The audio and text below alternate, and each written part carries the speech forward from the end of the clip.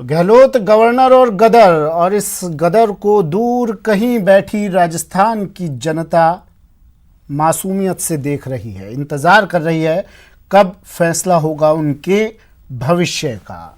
CM Gehlot निकले hotel से, राज्यपाल के लिए उन्होंने कुछ शब्द कहे, कहा कि अगर जनता राजभवन का घेराव करती है तो हमारी जिम्मेदारी नहीं होगी। अब राजभवन में मौजूद हैं, राजभवन में 103 विधायक मौजूद है। बाबूलाल नागर ने हमसे बात करते हुए बात बताई, नारेबाजी की जा रही है, धरने पर बैठ गए हैं। अब इस सारे सियासी घटनाक्रम पर हमारे साथ एक गेस्ट पैनल जुड़ा है, उनकी राय लेंगे और हमारे संपादक जेपी शर्मा जी इस चर्चा को आगे बढ़ाएंगे।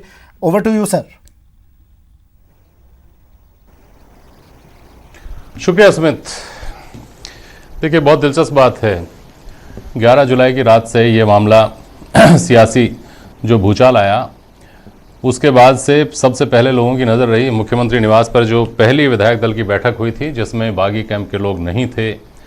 वहाँ से बात शुरू होकर विधानसभा, फिर हाई कोर्ट, फिर सुप्रीम कोर्ट, और अंततोगत्वा सबकी नज़रें टिकी हुई हैं राजभवन के ऊपर। जहाँ अभी क्या चल रहा है पहले ये जानेंगे, फिर हमारे साथ जो मेहमान हैं उनसे भी बात करेंगे। एडवोकेट ए के जैन साहब मेरे साथ स्टूडियो में हैं और एसपी मित्तल साहब वरिष्ठ पत्रकार हैं, आप भी हमारे साथ मौजूद हैं, और भी मेहमान जुड़ेंगे हमारे साथ। पहले गोवर्धन आपके पास आ रहा हूँ, और संक्षेप में इस वक्त की बड़ी खबर 4 बजे की क्या है? गतिरोध किस दिशा में जाता दिखाई दे रहा है?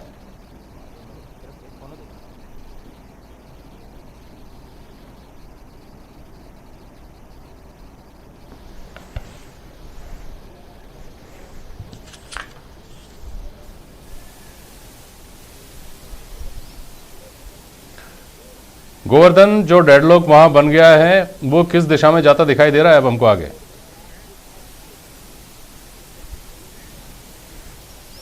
देखिए, सरकार और राजभवन के बीच टकराव तो हो गया है, इसमें कोई दो राय नहीं है। और ये गतिरोध कब टूटेगा अभी तक हम पुख्ता तौर पर नहीं कह सकते, क्योंकि कांग्रेस विधायक हैं वो सांकेतिक तौर से ही सही एक बार राजभवन में धरने पर बैठ गए हैं। अभी थोड़ी देर पहले हमारी परिवहन मंत्री प्रताप सिंह खाचरियावास से बातचीत हुई है। उन्होंने कहा कि हम अनिश्चितकालीन धरने पर हैं, जब तक राज्यपाल विधानसभा सत्र आहूत करने को लेकर फैसला नहीं कर देते और जब तक मंजूरी नहीं दे देते, तब तक कांग्रेस समर्थित और सरकार समर्थित जो विधायक हैं वो धरने पर बैठेंगे। ये प्रताप सिंह खाचरियावास का बयान था।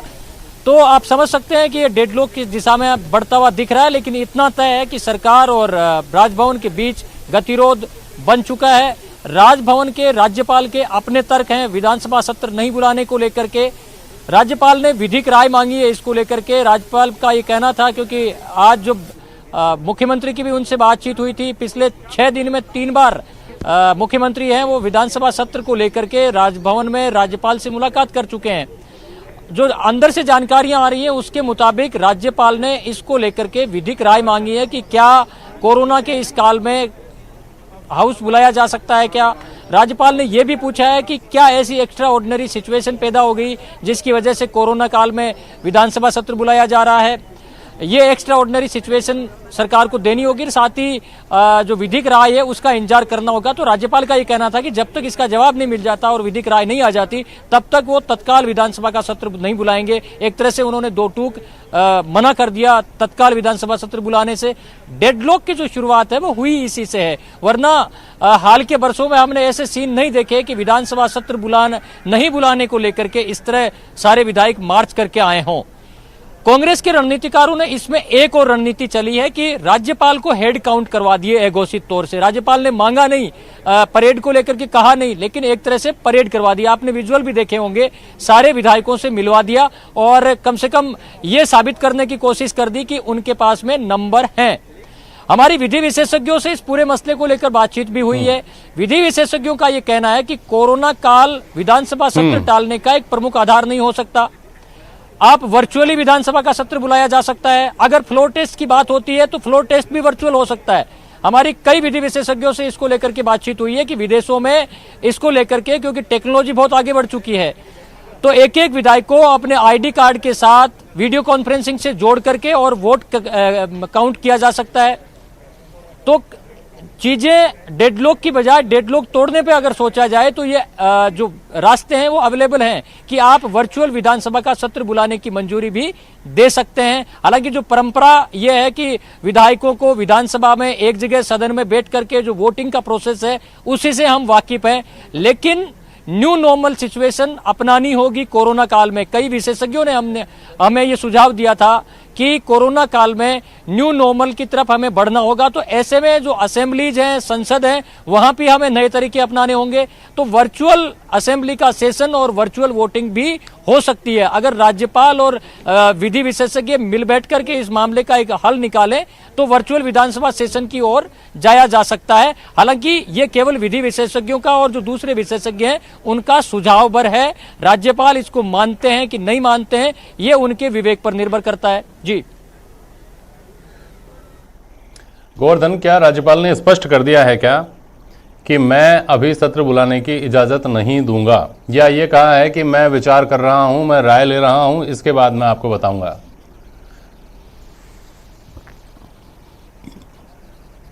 देखिए, अभी जो हमें सूत्रों के हवाले से जो जानकारियां मिल रही हैं उसके मुताबिक राज्यपाल ने ये दो चीजें कह दी है कि एक तो अर्जेंसी क्या है, एक्स्ट्रा ऑर्डिनरी सिचुएशन क्या है कोरोना काल के बीच में, दूसरा विधिक राय का एक रास्ता उन्होंने कहा है कि जब तक ये विधिक राय आ जाए उसके बाद ही चीजें हैं वो कुछ वो कह पाने की स्थिति में आएंगे। तो एक तरह से हम कह सकते हैं, जो सूत्रों के हवाले से खबरें आ रही हैं, कि अविलंब विधानसभा सत्र बुलाने से राज्यपाल राजी नहीं है, तैयार नहीं है। यही वजह है कि जो ये डेडलॉक बना हुआ है, राजी नहीं है। अच्छा, सत्ता पक्ष के विधायकों से आप लोगों की वहां लगातार बातचीत हो रही है। अविलंब विधानसभा सत्र बुलाने के लिए औपचारिक रूप से जो तर्क गवर्नर के सामने रखना है इनको, वो क्या रखने जा रहा है सत्ता पक्ष? व्यावहारिक रूप से तो हम सब जानते हैं कि क्यों बुलाया जा रहा है, सत्र की जरूरत क्यों है, इनका सबसे बड़ा, लेकिन वहां क्या कारण औपचारिक रूप से दिया जाएगा?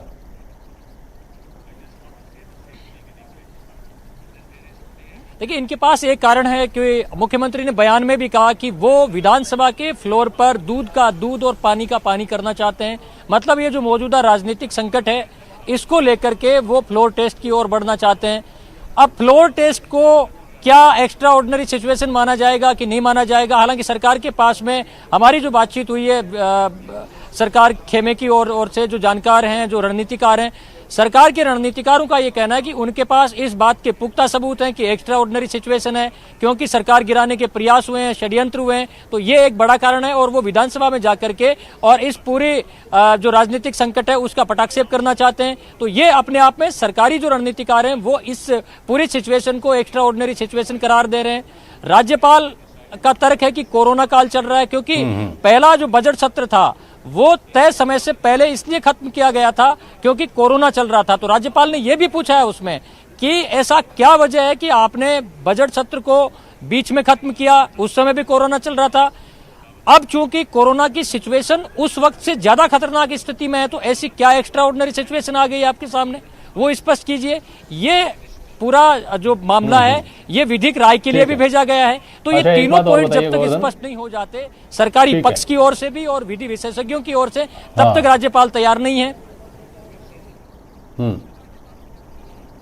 एक बात और बताइए गोवर्धन, क्या ये सरकार के किसी बयान में स्पष्ट रूप से कहा गया है कि हम सत्र बुलाना चाहते हैं फ्लोर टेस्ट के लिए, हमको बहुमत साबित करना है, या विशेष सत्र बुलाने की मांग की गई है केवल?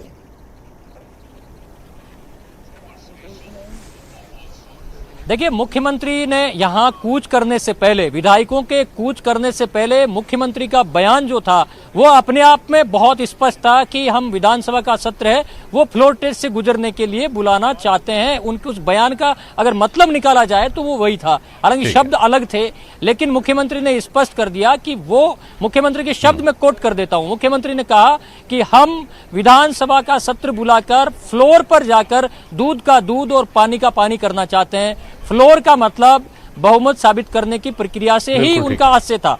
जो भी राजनीतिक तौर से उस बयान का अर्थ यही लगाया जाएगा। तो इसमें कोई दो राय नहीं है कि सरकार, और हमने कल जब सीएम ने प्रेस कॉन्फ्रेंस की थी, मीडिया से बातचीत की थी, उस वक्त भी पूछा था तो उन्होंने कहा हम जल्द विधानसभा सत्र बुलाना चाहते हाँ हैं। जी। अब ये राजभवन में आकर के पूरा मामला अटका और अविलंब नहीं बुलाने को लेकर के जो डेडलॉक पैदा हुआ है उसी पर सबकी निगाहें टिकी हुई है कि कितना ये डेडलॉक लंबा चलता है। विधायकों ने अनिश्चितकालीन धरना अंदर दे रखा है और कुछ देर पहले प्रताप सिंह खाचरियावास जो परिवहन मंत्री है उन्होंने बिल्कुल ठीक है। इससे जुड़ी कोई भी खबर आपके पास, कोई अपडेट आपके पास आए तो गोवर्धन सूचित करिएगा, मैं वापस आपके पास आ